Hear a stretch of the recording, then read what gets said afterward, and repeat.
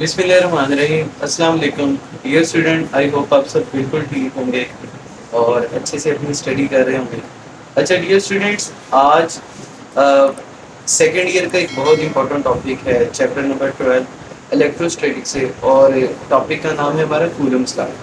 तो आज मैं आपको कूलम्स लॉ से रिलेटेड जो इम्पोर्टेंट एमसीक्यूज हैं जो प्रीवियस बोर्ड एग्जाम्स के अंदर आ चुके हैं उनको आज हम डील करेंगे, ठीक है।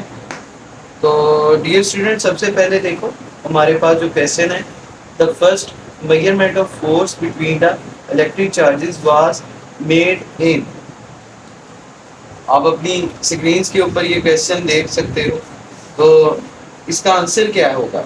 देखें, ये मेमोरी बेस्ड क्वेश्चन है और आपको ईयर याद होना चाहिए। तो जी ईयर यहाँ पे 1784 है। 1784 के अंदर कूलम्स ने दो चार्जेस के दरमियान फोर्स ऑफ अट्रैक्शन या रिपल्शन को फाइंड आउट करने के लिए, उसकी क्वांटिटेटिव मेजर करने के लिए कूलम्स लॉ दिया था। तो ईयर आपको याद होना चाहिए, मेमोरी बेस्ड क्वेश्चन है बच्चे। तो नेक्स्ट क्वेश्चन की तरफ बढ़ेंगे। अब नेक्स्ट क्वेश्चन ये कहता है, if air is replaced by any other dielectric medium, the force of attraction और repulsion between two charges decreases, increases, vanishes, remain same. अब देखें यहाँ पे वो ये कह रहा है कि हमारे पास दो चार्जेस हैं। जैसे फॉर एग्जांपल ये एक पॉजिटिव चार्ज है और यहाँ पे मेरे पास एक नेगेटिव चार्ज है। तो एक पॉजिटिव चार्ज और एक नेगेटिव चार्ज, अब इनके बीच में एयर थी, और जब इनके बीच में एयर है तो ये एक दूसरे के ऊपर फोर्स ऑफ अट्रैक्शन लगा रहे हैं, विच इज एफ। लेकिन अगर हम इसके अंदर कोई भी डाइलेक्ट्रिक मीडियम प्लेस करते हैं, ये फर्ज करें मैंने कोई डाइलेक्ट्रिक मीडियम बीच में प्लेस कर दिया है। डाइलेक्ट्रिक से मुराद कोई भी इंसुलेटर हो सकता है। तो यहाँ पे मैंने कोई डाइलेक्ट्रिक प्लेस कर दिया बीच में, तो बताइए इसकी फोर्स पे क्या असर पड़ेगा। देखिए, डाइलेक्ट्रिक मीडियम की अपनी एक रिलेटिव परमिटिविटी होती है, और रिलेटिव परमिटिविटी की वजह से वो क्या करता है, इन दोनों चार्जेस के दरमियान फोर्स को रिड्यूस कर देता है। यानी आप ये कह सकते हो कि डाइलेक्ट्रिक मीडियम के केस में जो फोर्स होगी वो होगी F ओवर एप्सिलॉन R, यानी कि फोर्स पहले की निस्बत क्या हो जाएगी, एप्सिलॉन R टाइम्स कम हो जाएगी। तो ये जरा आप देख लीजिएगा। नेक्स्ट थर्ड एमसीक्यू है बच्चे हमारे पास, और इसमें वो ये कह रहा है, if the medium between the two point charges is free space. अगर दो चार्जेस के दरमियान मीडियम जो है वो एक फ्री स्पेस है, तो कूलम फोर्स को कैसे एक्सप्रेस करोगे। तो देखिए, फ्री स्पेस के केस में हमारे पास ये फार्मूला होता है, F is equals to 1 over 4 pi epsilon not Q1 Q2 over R square. तो ये वाला हमारा फार्मूला जो है वो यहाँ पे एक्यूरेट बनता है। अच्छा बच्चे, अब क्या करेंगे, तो सेकंड वाले को देखेंगे तो यहाँ पे एप्सिलॉन नॉट नहीं है, यहाँ पे एप्सिलॉन आर है, और एप्सिलॉन नॉट एप्सिलॉन आर आएगा सी में, तो वो भी ठीक नहीं है। और डी में काफ़ी हद तक ठीक था कि Q1 Q2, लेकिन बटे में आर का स्क्वायर नहीं है, इसलिए आर स्क्वायर ना होने की वजह से वो ऑप्शन भी हमारा गलत हो जाता है। तो अभी हम बढ़ेंगे फोर्थ एमसीक्यू की तरफ।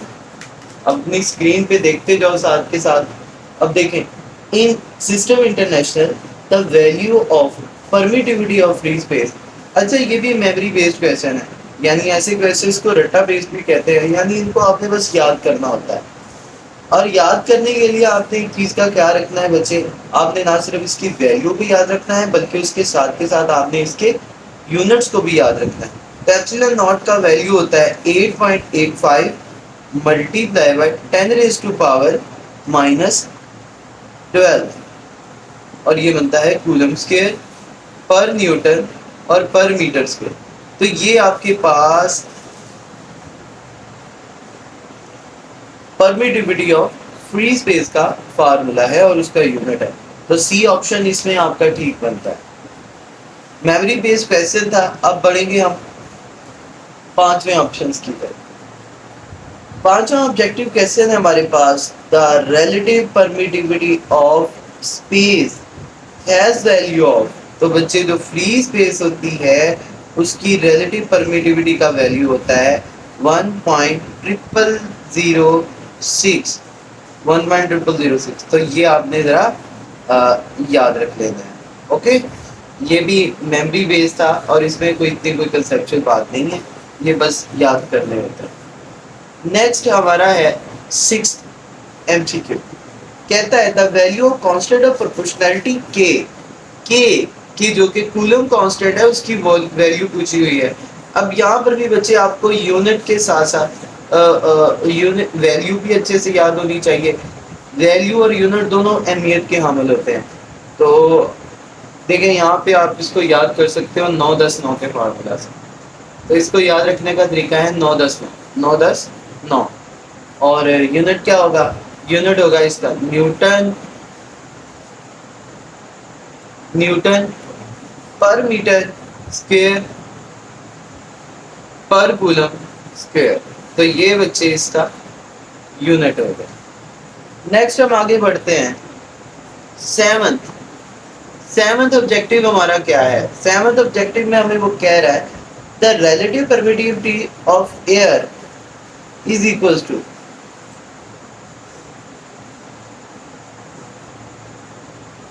तो रिलेटिव परमिटिविटी ऑफ एयर, अच्छा बच्चे यहाँ पे थोड़ी मिस्टेकनली गलती हो गई है। जो relative permittivity of free space है वो होती है 1। तो जो रिलेटिव परमिटिविटी ऑफ एयर है ये होती है हमारे पास 1.0006। तो ये जरा गौर कर लीजिएगा, तो इसको क्लियर कीजिएगा कि जो एयर है वो almost they are equal to each other, but air की रिलेटिव परमिटिविटी थोड़ी सी ज्यादा होती है। ओके, और याद रखिएगा यहाँ पे एक पॉइंट कि जो बाकी डाइलेक्ट्रिक मीडियम होते हैं एयर और फ्री स्पेस के अलावा उनमें रिलेटिव परमिटिविटी हमेशा ग्रेटर देन 1 होती है, यानी वो 1 से ज्यादा। और सबसे ज्यादा वाटर की होगी, प्योर वाटर जो होता है उसकी 78.5 सबसे ज्यादा रिलेटिव परमिटिविटी होती है। उसके बाद बच्चे question number 8, if the distance between two charges is half. दो चार्जेस के दरमियान डिस्टेंस आपने हाफ कर दिया, and the charges are also doubled, और चार्जेस को आपने डबल कर दिया, देन उनके दरमियान फोर्स क्या हो जाएगी। तो दो चार्जेस हैं, उनके दरमियान डिस्टेंस जो है वो आपने हाफ कर दिया, यानी r डैश जो है आपके पास वो 1/2 आ गया, और आपने मैग्नीट्यूड्स को डबल कर दिया। तो यहाँ पे जो कूलम्स फार्मूला होगा F इज इक्वल टू के, अच्छा Q1 जो है वो आपने 2 कर दिया, और Q2 भी आपने 2 टाइम्स कर दिया, यानी चार्जेस का मैग्नीट्यूड आपने डबल कर दिया, और बटे में डिस्टेंस जो है आपने वो हाफ किया, तो 1/2 r का स्क्वायर हो जाएगा, हाफ कर दिया आपने। तो F इज इक्वल्स टू ये बन जाएगा, ये दोनों मल्टीप्लाई होंगे, 4 बाहर आ जाएगा, तो ये बन जाएगा K Q1 Q2 ओवर 4 बनेगा, और बटे का बटा ऊपर जाएगा, तो ये जब इससे मल्टीप्लाई होगा ये हो जाएगा 4 मल्टीप्लाई बाय 4, और ये बटे में आ गया r स्क्वायर। तो ये बन जाएगा हमारे पास F डैश इक्वल टू ये आ जाएगा 16, और ये Q1 Q2 over r square F आ जाएगा। तो F डैश हमारे पास आ जाएगा 16 है। ओके, नेक्स्ट स्टूडेंट हमारा है क्वेश्चन नंबर 9, कहता है the force between two charges is 28 Newton. तो दो चार्जेस हैं और उनके दरमियान जो फोर्स है वो कितनी है, वो 28 Newton. If paraffin wax of relative permittivity 2.8 is introduced between the charges, तो यहाँ पे आपने पैराफिन वैक्स डाली जिसकी रिलेटिव परमिटिविटी कितनी है, 2.8 है। तो वो कहता है फोर्स कितनी रह जाएगी? देखें, आपको मैंने पहले ही बताया कि जब भी दो चार्जेस हो उनके बीच में कोई डाइलेक्ट्रिक मीडियम प्लेस करें तो फोर्स रिड्यूस हो जाती है। तो यही वाला फार्मूला लगेगा हमारे पास। तो हमारे पास एफ डैश जो है ये आएगा एफ ओवर एप्सिलन आर। अब एफ कितना है हमारे पास 28 डिवाइडेड बाय एप्सिलन आर कितना है 2.8। पॉइंट को खत्म करेंगे तो 10 आएगा, 10 ऊपर जाएगा तो ये बन जाएगा 280 डिवाइडेड बाय 28। सॉल्व करो, पीछे क्या बचा 10। सो 10 is the correct answer, 10 Newton is the ठीक आंसर। नेक्स्ट क्वेश्चन नंबर 10 है। तो क्वेश्चन नंबर 10 जो है हमारे पास, इसमें वो क्या कहता है? कहता है Coulomb found that the mutual force between two electric charges varies।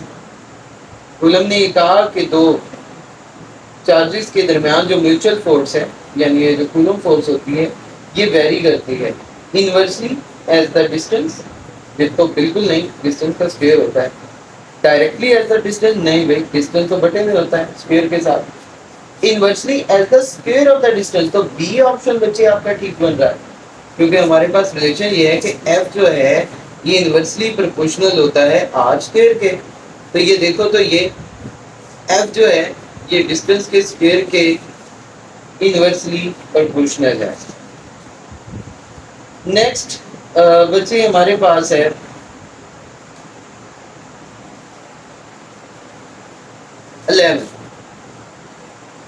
11th question में क्या कह रहा है?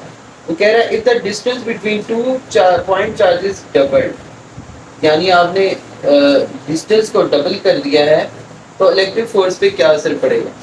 तो जब आप डिस्टेंस को डबल करोगे तो अगर इसी फार्मूला को देखो तो 1 ओवर ये बन जाएगा 2r ओवरऑल का स्क्वायर बनेगा ना, तो f इज इक्वल्स टू आ जाएगा हमारे पास प्रोपोर्शनल आ जाएगा 1 ओवर 4r स्क्वायर। तो ये 1 ओवर 4 रह जाएगा, तो ये 1/4 रह जाएगा, तो या डिक्रीजेस बाय 4 टाइम्स हो जाएगा।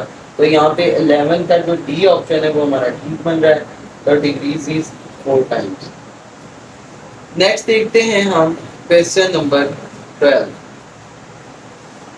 क्वेश्चन नंबर 12 में वो ये कह रहा है the unit of relative permittivity. अच्छा, रिलेटिव परमिटिविटी क्या होता है? रिलेटिव परमिटिविटी असल में रेशियो होता है permittivity divided by permittivity of free space. तो जब भी इनकी दोनों की रेशियो है तो आपको पता है रेशियो का तो नो यूनिट, तो इसका मतलब रिलेटिव परमिटिविटी का होता है नो यूनिट, इसका कोई यूनिट भी नहीं होता। अपनी स्क्रीन पे अब आप क्वेश्चन नंबर 13 देखो, तो लिखा हुआ है the value of k depends upon, k की वैल्यू किस चीज पे डिपेंड कर रही होती है? बच्चे बी ऑप्शन इसका ठीक है, मेमोरी बेस्ड क्वेश्चन है ये, तो nature and medium between the charges इन दोनों पे डिपेंड कर रहा होता है, तो बी ऑप्शन यहाँ पे हमारा ठीक बनता है। नेक्स्ट 14 या सेकंड लास्ट एमसीक्यू देखो आप अपनी स्क्रीन के ऊपर, the force between two similar unit charges placed 1 metre apart in air is. बड़ा मशहूर क्वेश्चन है, तो देखिए कई दफा आया हुआ है, तो सॉल्व कैसे करेंगे? कूलम फोर्स फाइंड करनी है, कूलम्स लॉ अप्लाई करेंगे, तो F equals to K Q1 Q2 over में आ जाएगा R स्क्वायर इक्वल्स टू आ जाएगा बच्चे हमारे पास K की वैल्यू कितनी है 9 ज़रब 10। बच्चे ये जो 14th हमारा MCQ है इसको जरा देखिएगा, लिखा हुआ है the force between two similar unit charges place 1 metre apart in air is. तो हमारे पास 2 यूनिट चार्जेस हैं, ये बहुत इंपॉर्टेंट बात है, 2 यूनिट चार्जेस हैं और वो 1 मीटर के फासले पर एयर में पड़े हुए हैं, तो बताओ उनके दरमियान फोर्स कितनी होगी? अब देखें हमारे पास फार्मूला है कि Q1 Q2 over R square. अब यहाँ पर गौर कीजिएगा यूनिट चार्जेस की बात कर रहा है, तो यूनिट चार्जेस जो है उसका मैग्नीट्यूड 1 होगा, ये यूनिट ही होगा, और डिवाइडेड बाय 1 मीटर के डिस्टेंस पे है तो 1 का स्क्वायर। तो देखो ये तो 1 मल्टीप्लाई बाय 1 और 1 इससे मल्टीप्लाई होगा, तो डज नॉट चेंज, तो कोई फ़र्क नहीं आएगा, और अगर 1 से डिवाइड करोगे तो नो चेंज। तो हमारे पास फोर्स आ जाएगी 9 मल्टीप्लाई बाय 10 की पावर 9, यानी 9 10 9 न्यूटन हमारे पास फोर्स आ जाएगी। नेक्स्ट हमारे पास लास्ट क्वेश्चन है 15 वाला। क्या कहते हैं, electrostatic force between two charges is 42 Newton. दो चार्जेस हैं और उनके दरमियान फोर्स जो है वो 42 न्यूटन की है। If place a dielectric of 2.1 between the charges then the force becomes equals to। तो ये बिल्कुल इसी हिसाब से होने वाला क्वेश्चन है। अब फोर्स आपको गिवन है, रिलेटिव परमिटिविटी भी गिवन है, तो यहाँ से आप फोर्स निकाल सकते हो तो बड़ी आसानी से। तो F हमारे पास आएगा इसके बराबर, F डैश आ जाएगा F ओवर एप्सिलॉन R। तो बच्चे यहाँ पे F डैश हमारे पास F किसके बराबर है 42 के, डिवाइडेड बाय एप्सिलॉन आर क्या है 2.1 के। तो ये जब आप पॉइंट खत्म करोगे ऊपर आएगा 420 divided by 21, and as you know 20 21 multiply by 2 are 42, तो ये 20 साथ में आ जाएगा और 0 ऊपर जाएगा, सॉरी। तो एफ डैश हमारे पास आ जाएगा 20 newton. So C option is the correct one. बच्चे आई होप ये जो आपको मैंने आज प्रैक्टिस एमसीक्यूज करवाए हैं इसकी वजह से आपकी अच्छी प्रैक्टिस हो जाएगी। आप इसके अलावा भी कोशिश करें एमसीक्यूज प्रैक्टिस करने की। इफ़ यू नीड और रिक्वायर्ड एनी हेल्प देन आप मुझे कांटेक्ट भी कर सकते हो। तो wish you all the best बच्चे, अल्लाह हाफिज़।